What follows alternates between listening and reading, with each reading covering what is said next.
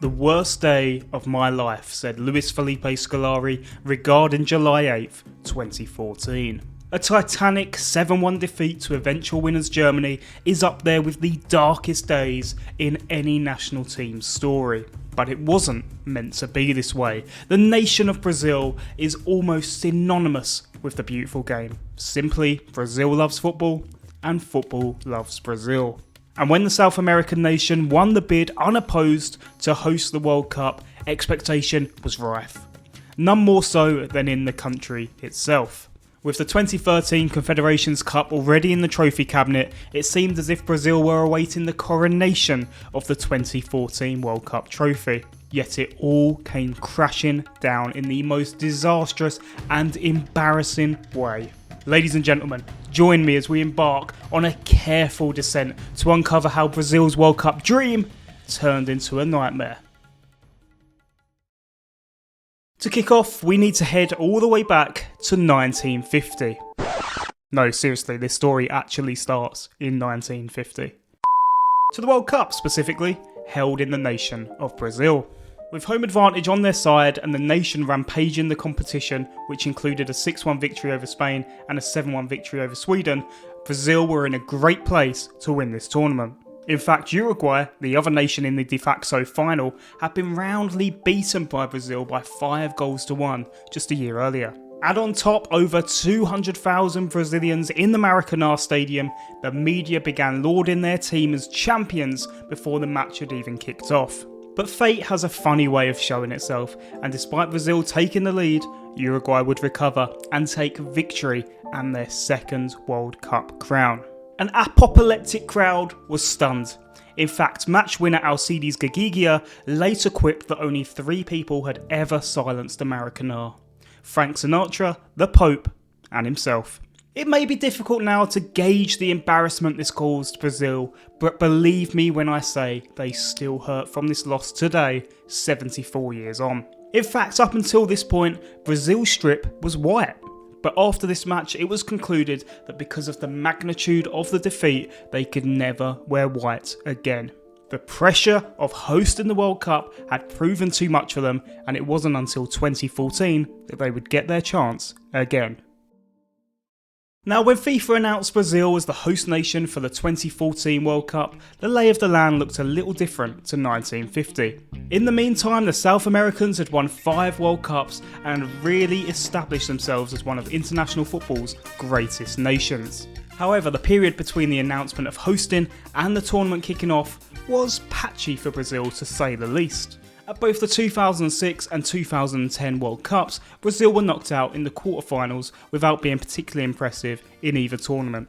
In terms of the Copa America, the Yellows were champions in 2007, featuring a glorious and very satisfying 3-0 victory over rivals Argentina. But at the 2011 iteration, Brazil limped through their group before being sent home by Paraguay in the quarterfinals. At this stage, you may be then wondering, why were Brazil such favourites not just inside South America, but across the globe? Yes, they were hosts, but their form was hardly stellar. Well, that all changed at the 2013 Confederations Cup, held in Brazil just 1 year before the 2014 World Cup. Drawn into a group alongside Italy, Japan and Mexico, the hosts absolutely decimated their competition, winning all 3 matches, scoring 9 goals in the process. In the last 4, they etched past World Cup semi-finalist Uruguay, and in the final, against Spain, winners of the last World Cup and the last 2 European Championships, they comfortably beat them by 3-0. It was a major statement by new and returning boss, Luis Felipe Scolari. It also answered 2 questions that had been pointed towards this Brazil group. Was Neymar ready to star at a major tournament, and did Brazil have a suitable number 9? Well, Neymar won player of the tournament here, scoring 4 goals, including 1 in the final. And Fred, Scolari's choice for the 9 spot, finished as the top scorer in the competition with 5 goals, including 2 in the final. With a whole host of talent littered throughout the squad, the momentum behind Brazil was building at a rapid rate, putting them as the favourites heading in to the tournament.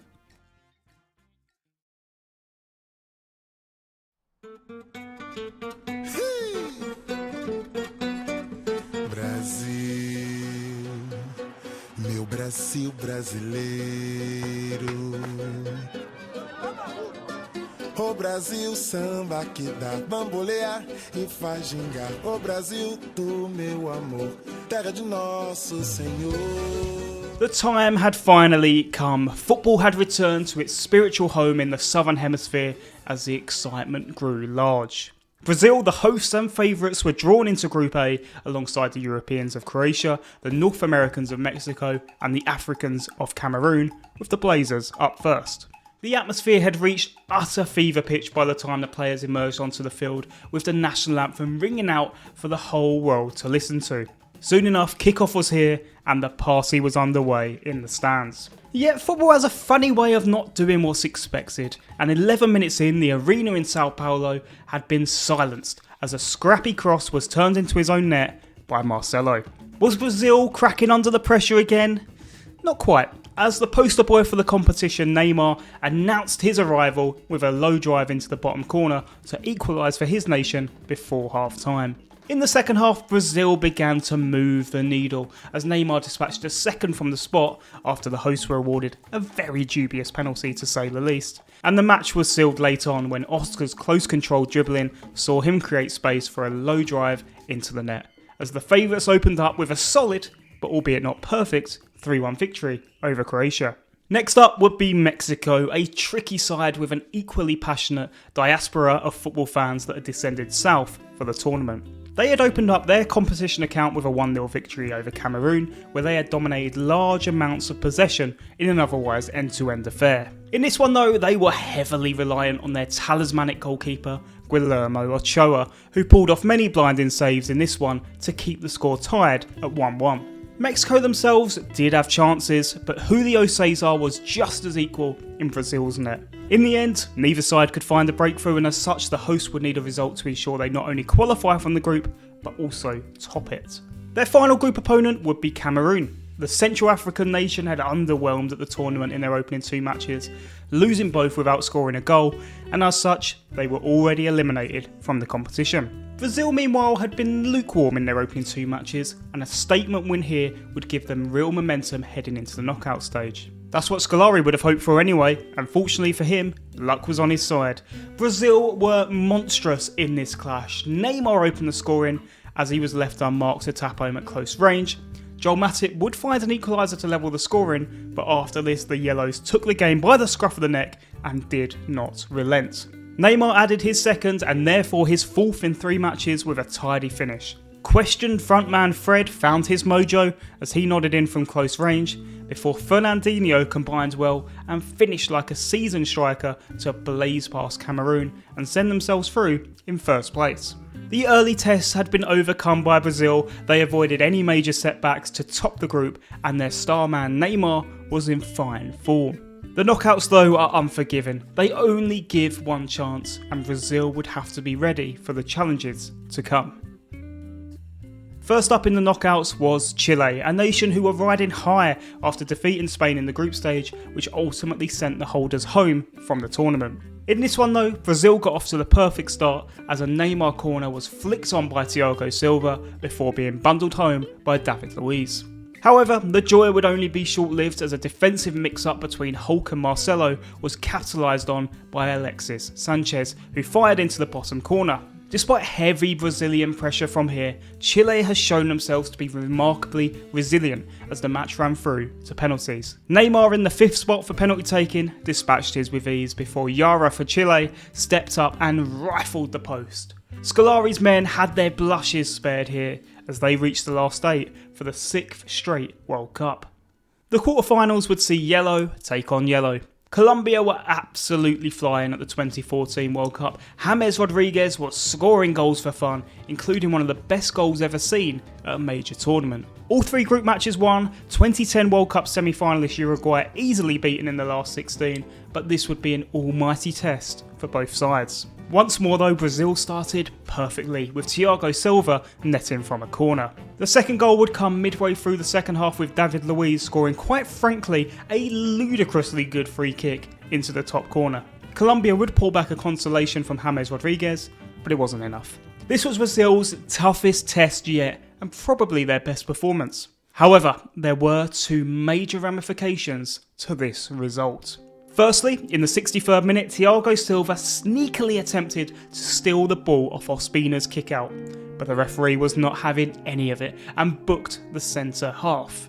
A seemingly innocuous decision by the captain had proven detrimental, as this saw Silva suspended for the semi-final over Germany. In the 88th minute, a bouncing pass forward was controlled well by Neymar, before Colombian right-back Zuniga threw himself into the back of the winger, causing the Barcelona player significant pain in his back.